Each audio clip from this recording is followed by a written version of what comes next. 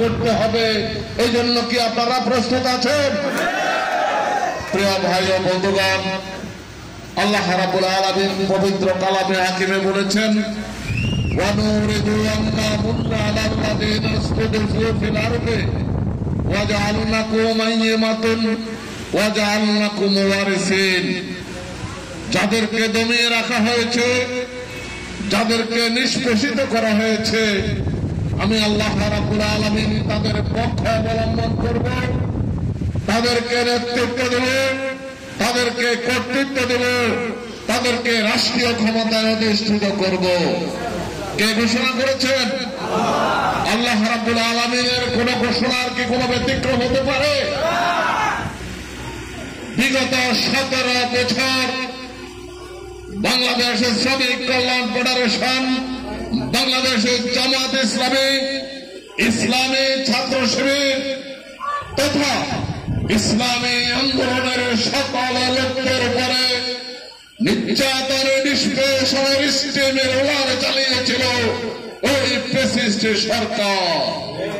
আর আল্লাহ রাব্বুল আলামিনের ঘোষণা হচ্ছে, আল্লাহ তাদের পক্ষ অবলম্বন করবেন এবং তাদেরকে নেতৃত্ব এবং কর্তৃত্ব এবং রাষ্ট্রীয় ক্ষমতা দিবেন। সেই লক্ষ্যেই বাংলাদেশের জামাত ইসলামী আগামী জাতীয় সংসদ নির্বাচনে বাংলাদেশের রাষ্ট্রীয় ক্ষমতা গ্রহণ করার জন্য নির্বাচনে অংশগ্রহণ করেছে।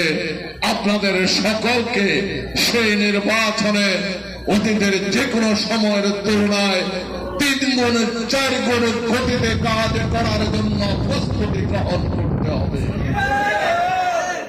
প্রিয় ভাই এবং বন্ধুগণ, শ্রমজীবী মেহনতি মানুষ আল্লাহর বন্ধু রাসূলুল্লাহ সাল্লাল্লাহু আলাইহি সাল্লাম ঘোষণা করেছেন, শ্রমিকদের গায়ের ঘাম শুকানোর আগেই তাদের ন্যায্য পাওনা পরিশোধ করে দাও। বাংলাদেশ নয়, পৃথিবীর সকল আন্দোলন সংগ্রামে শ্রমজীবী মেহনতি মানুষ অগ্রণী ভূমিকা পালন করেছে। বাংলাদেশের সকল আন্দোলনের সংগ্রামে বাংলাদেশের শ্রমজীবী মেহনতি মানুষ গুরুত্বপূর্ণ ভূমিকা পালন করেছে।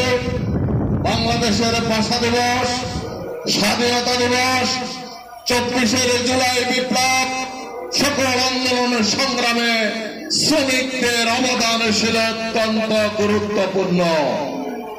যার কারণে বাংলাদেশের এই নতুন বন্দোবস্তিতে প্রধান উপদেষ্টা যখন জাতির উদ্দেশ্যে বক্তব্য দেন, ছাত্রদের পরপরে তিনি উচ্চারণ করেন শ্রমিকদের অবদানের কথা। এই জন্য সকল আন্দোলনের সংগ্রামে শ্রমিকরা অত্যন্ত গুরুত্বপূর্ণ ভূমিকা রেখেছে। আগামী জাতীয় নির্বাচনেও এই দেশের শ্রমজীবী মেহনতি মানুষ গুরুত্বপূর্ণ ভূমিকা পালনের মাধ্যমে বাংলাদেশের সব যোগ্য খোদাবির লোকদেরকে আগামী সংসদে পাঠাবে নির্বাচিত করে। এই জন্য আপনাদেরকে মাঠে ময়দানে ভূমিকা রাখতে হবে।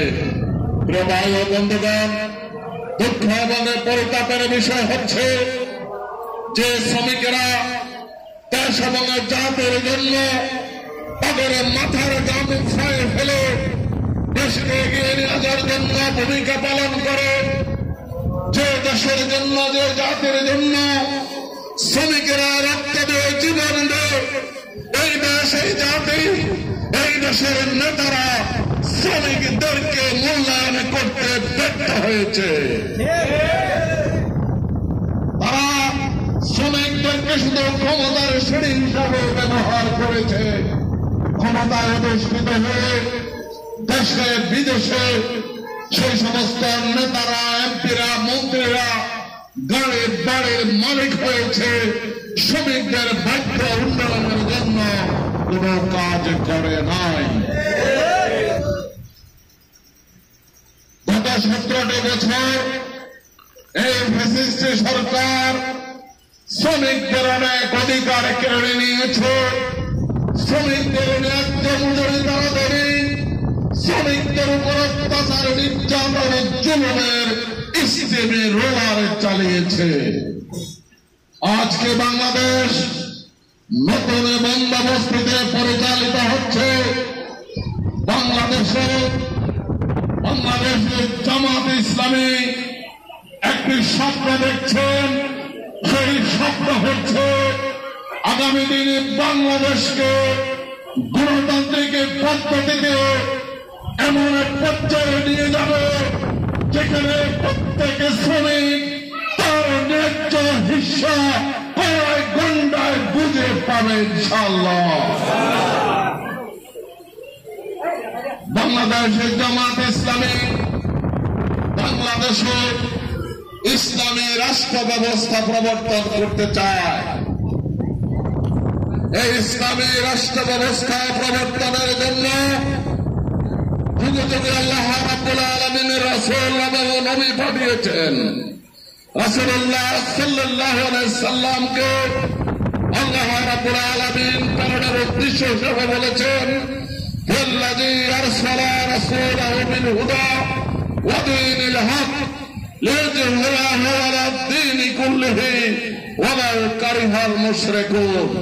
তিনি সেই সত্তা যিনি তার রাসূলকে হেদায়েত এবং সত্য দিন সহকারে পাঠিয়েছেন, যাতে করে সকল প্রকার জীবন ব্যবস্থার উপরে ইসলামকে বিজয়ী করা যায়।